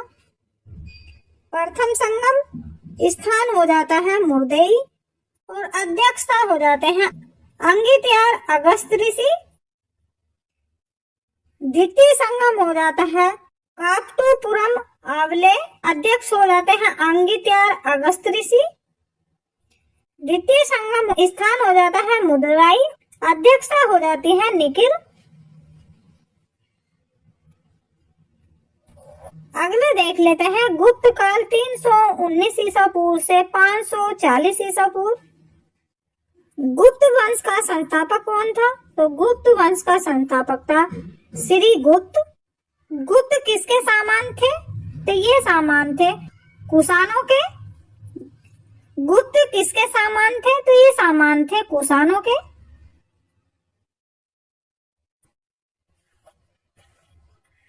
गुप्त शासन के दौरान ऐसा व्यक्ति कौन था जो एक महान खगोल विज्ञानी और गणितज्ञ था? तो यह था आर्यभट्ट।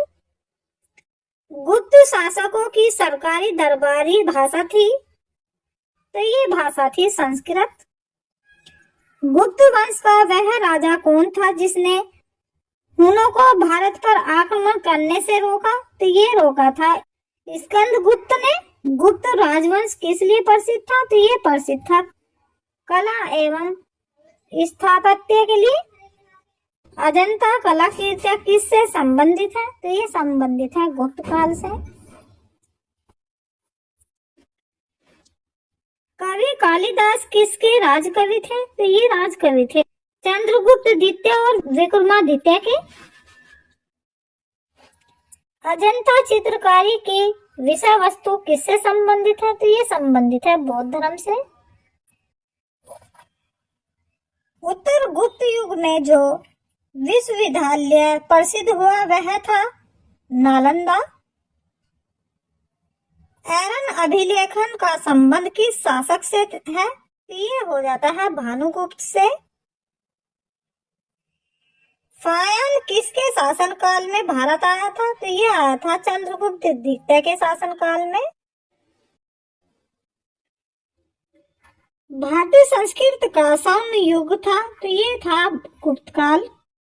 फायन कहाँ का निवासी था? तो फायन था चीन का निवासी। सेतुबंध का रचनाकार प्रवरसेन द्वितीय किस वंश का शासक था? तो ये शासक था वाकाटक का। किस गुप्तकालीन शासक को कविराज कहा गया? तो ये कहा गया था समुद्रगुप्त को। स्कंदगुप्त को किस स्तंभ लेख में सक्रोपम कहा गया? ये कहा गया था कोहोम स्तंभ लेख में। फायन और हेवनसांग ने किनके राज्यों को देखा? ये देखा था चंद्रगुप्त, विक्रमादित्य एवं हर्षवर्धन क्रम से। धन्वंतरी थे, तो धन्वंतरी थे चंद्रगुप्त विक्रमादित्य के राज दरबार के नवरत्न में से एक, जो कि प्रसिद्ध चिकित्सक थे। गुप्तकालीन शासन प्रणाली किस प्रकार की थी? तो ये थी राजतंत्रात्मक की। गुप्त स्थापत्य कला का सर्वोत्कृष्ट मंदिर कौन है? तो ये मंदिर है देवगढ़ का 10वां अवतार मंदिर।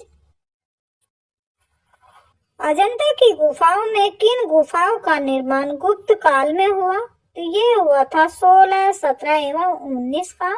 अमरकोश के लेख अमर सिंह किस शासक के दरबार से जुड़े थे? तो ये जुड़े थे चंद्रगुप्त द्वितीय के दरबार से।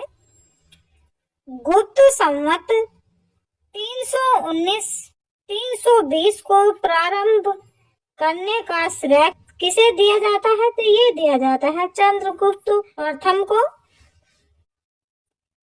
चंद्रगुप्त प्रथम ने गुप्त संवत का प्रारंभ किस उपलक्ष्य में किया? तो ये क्या था? अपने राज्य आरोहण के स्मारक के रूप में।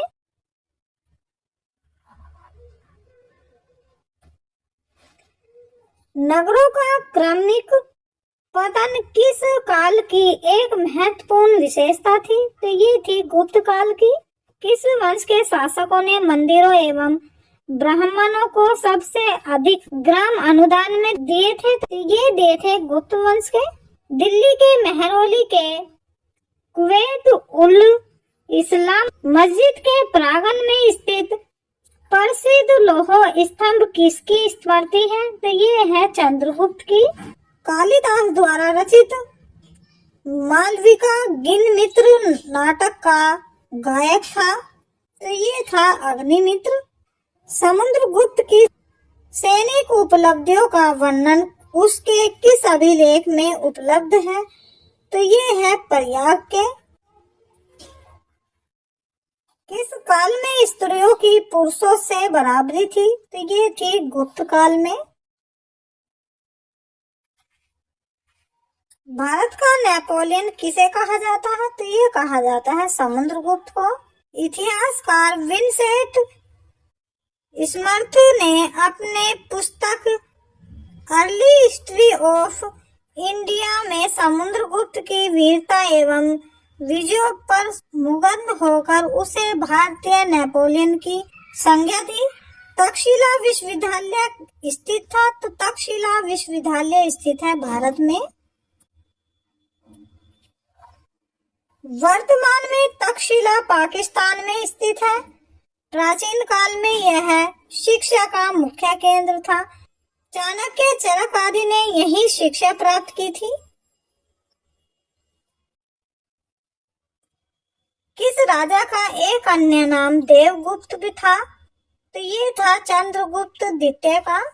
प्रथम गुप्त शासक जिसने हम भगवत की उपाधि धारण की वह था, तो वह था चंद्रगुप्त द्वितीय।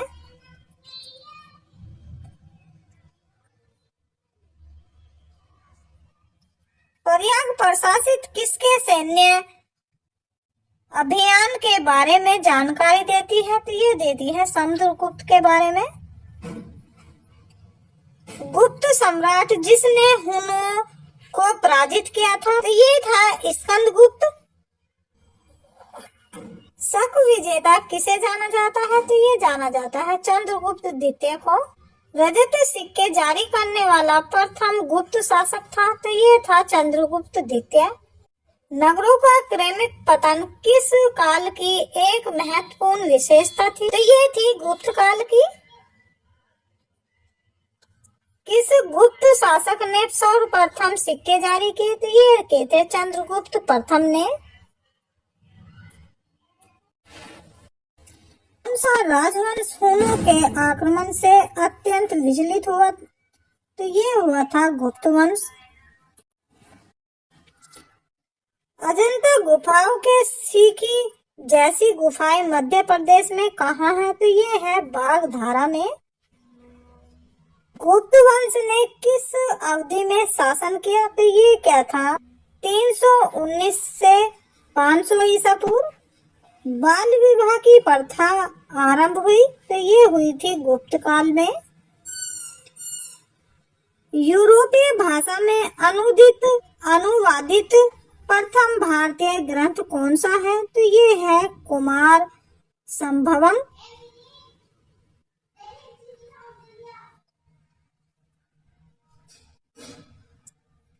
सती प्रथा का पहला उल्लेखनीय कहाँ से मिलता है? तो ये मिलता है एरन अभिलेखन से। मिहिर कुल का संबंध था, तो ये संबंध है हुनों से।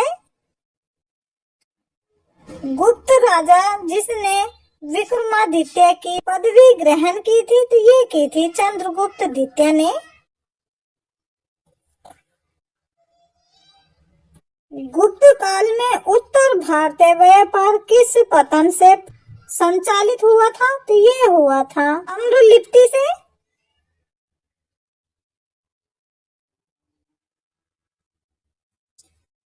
गुप्त शासकों द्वारा जारी किए गए चांदी के सिक्के कहलाते थे, तो ये कहते थे रूपक।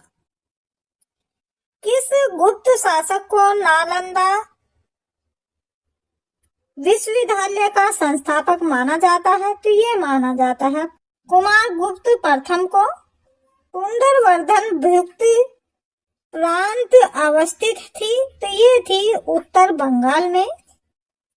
वह प्रथम भारतीय विद्वान कौन था जिसने गणित को एक पृथक विषय के रूप में स्थापित किया था? तो ये था आर्यभट्ट।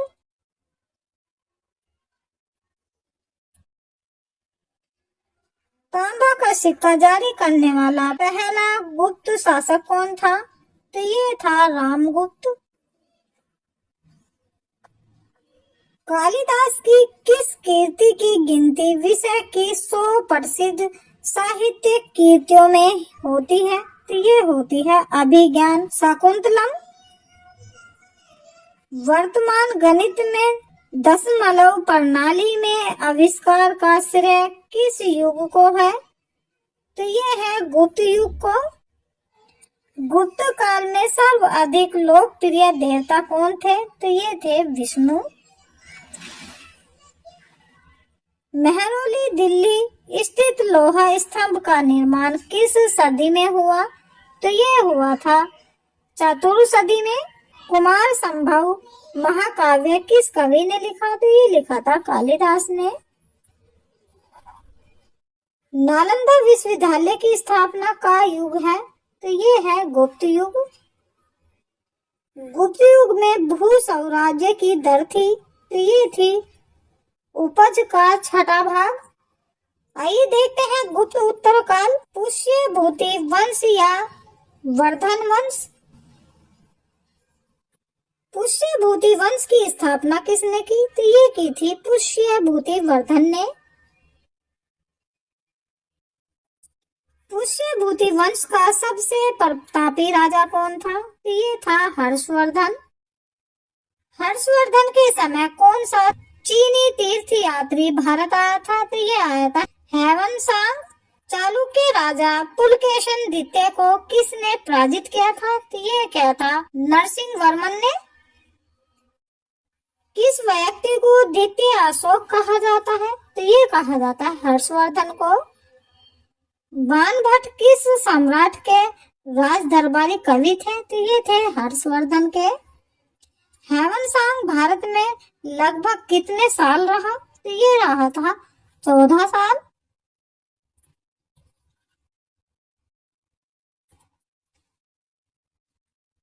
कुंभ मेला को प्रारंभ करने का श्रेय किसे दिया जाता है? तो ये दिया जाता है हर्षवर्धन को।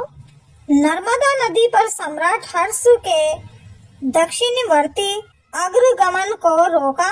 तो ये रोका था पुलकेशिन द्वितीय ने। चालुक्य शासक पुलकेशिन द्वितीय ने किस नदी के किनारे हर्षवर्धन को परास्त किया था? तो ये क्या था नर्मदा के किनारे। हर्ष के शासनकाल में उत्तर भारत का सबसे महत्वपूर्ण शहर कौन सा था? तो ये था कन्नौज। हर्ष की आत्मकथा किसने लिखी? तो ये लिखी थी बाणभट्ट ने। हर्षवर्धन अपनी धार्मिक सभा कहाँ किया करता था? तो ये करता था प्रयाग में। वर्धन वंश की राजधानी थानेश्वर किस प्रदेश में स्थित है? तो ये है हरियाणा में। हर्षवर्धन ने 606 ईस्वी में हर्ष संवत की स्थापना किस उपलक्ष्य में की थी? तो ये की थी अपने राज्य आरोहण के उपलक्ष्य में।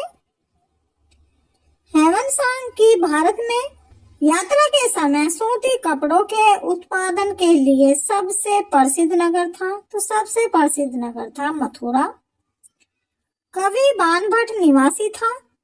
तो कवि बाणभट्ट निवासी था थानेश्वर का। नागानंद का रचनाकार कौन था? तो इसके रचनाकार थे हर्षवर्धन। सम्राट हर्षवर्धन ने 2 महान धार्मिक सम्मेलनों का आयोजन किया था? तो ये क्या था कन्नौज व प्रयाग में।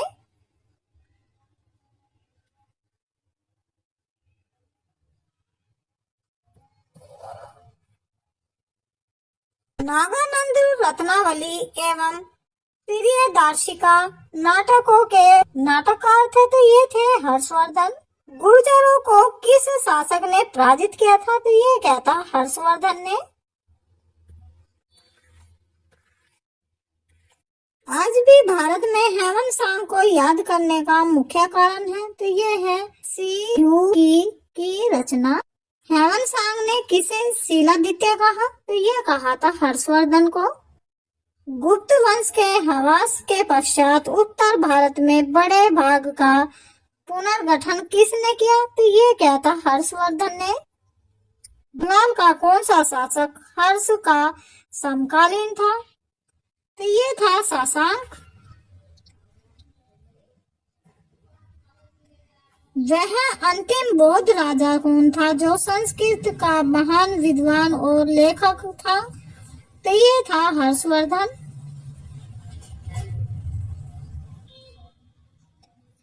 हर्षचरित किसके द्वारा लिखी गई थी? तो ये लिखित गई थी बाणभट्ट के द्वारा। एक चालुक्य अभिलेख के तिथि अंकन में संवत का वर्ष 556 दिया हुआ है। इसका तुल्य वर्ष है, तो इसका तुल्य वर्ष है 634 ईस्वी। संघ संवत का प्रचलन कुपाषाण वंशीय शासक कनिष्क ने 78 ईस्वी में किया था। यदि संघ संवत में 556 अंकित है तो यह ईस्वी सन में 556 प्लस 78 बराबर 634 ईस्वी होगा। हर्ष के समय की सूचनाएं किस पुस्तक में निहित है? तो ये है कल्हन की। सम्राट हर्ष ने अपनी राजधानी थानेश्वर में कहाँ स्थानांतरित की?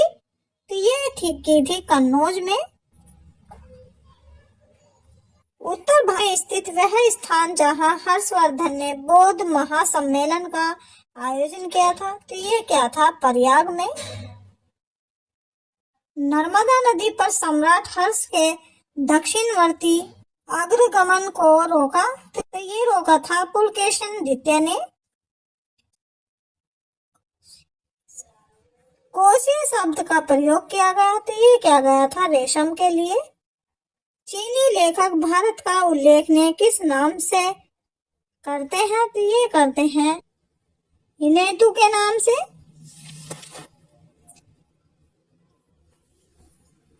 नालंदा विश्वविद्यालय के विनाश का कारण था, तो ये था मुसलमान। गुप्त उत्तर युग में प्रमुख व्यापारिक केंद्र था, तो ये था कन्नौज।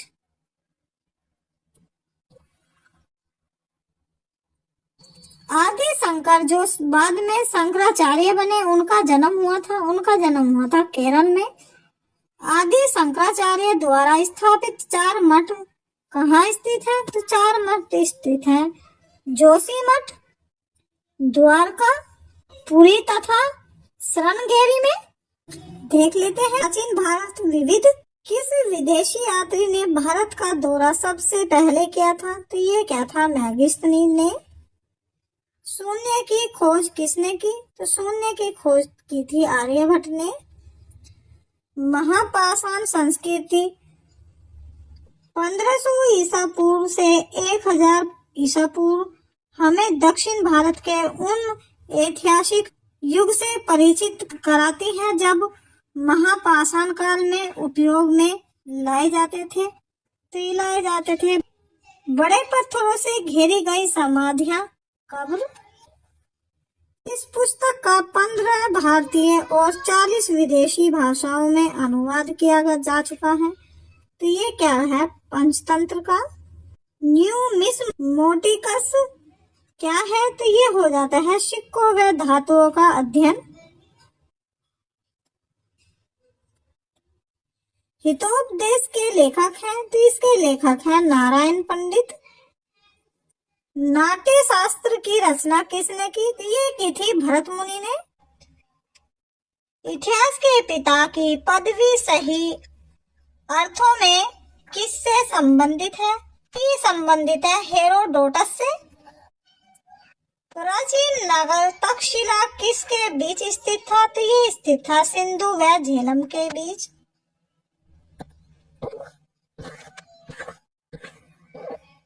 वह अंग्रेज कौन था जिसने सर्वप्रथम भगवत गीता का अंग्रेजी में अनुवाद किया था?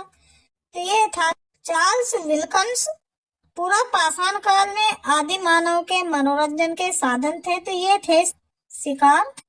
किसको चालको लिथक एंज कहा जाता है? तो ये कहा जाता है ताम्र पाषाण युग को।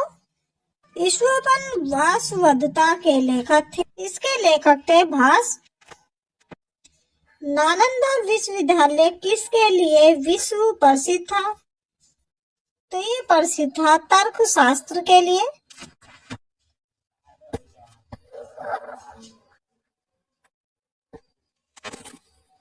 उस स्रोत का नाम बतलाए जो प्राचीन भारत के व्यापारिक मार्गों पर मौन है। तो ये है मलिंदपनोह, आधुनिक मानव के हाल का पूर्वज है। तो ये है क्रो मैग्नेन मनुष्य। ईसा की प्रारंभिक सदियों में भारत तथा रोम के बीच घनिष्ठ व्यापारिक संबंधों की सूचना किस पुरास्थल की खुदाई से प्राप्त होती है? तो ये होती है आरिकमेंडू से। आधुनिक देवगिरी लिपि का प्राचीनतम रूप है, ये है ब्राह्मी। मानव द्वारा सर्वप्रथम प्रयुक्त अनाज था, तो ये था चावल। काव्य शैली का प्राचीनतम नमूना किसके अभिलेख में मिलता है? तो ये मिलता है रुद्र दमन के अभिलेख में। कौन सा बंदरगाह पोर्टू के नाम से पेरिप्लस ऑफ द इरीथ्रियन सी, लाल सागर का भ्रमण के अज्ञातनामा लेखक को ज्ञात था? तो ये था अरिकेमेंडू।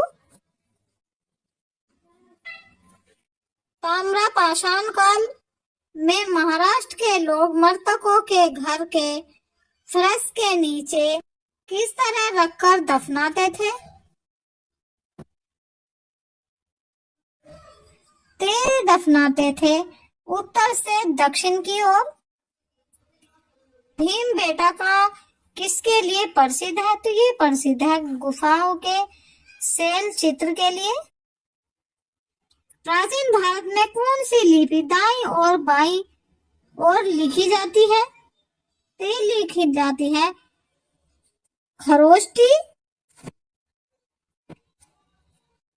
मालती माधव के लेखक थे, तो मालती माधव के लेखक थे भावभूति। मुद्रा राक्षस नामक पुस्तक के लेखक कौन था? तो इसका लेखक था विशाखदत्त।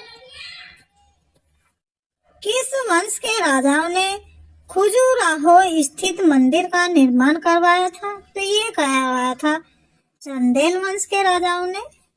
आबू का जैन मंदिर किससे बना है? तो ये बना है संगमरमर से। एलिफेंटा की गुफाएं मुख्यतः किस धर्म के मातावल्बियों के उपयोग के लिए काटकर बनाई गई थी? तो ये बनाई गई थी शैव धर्म के लिए।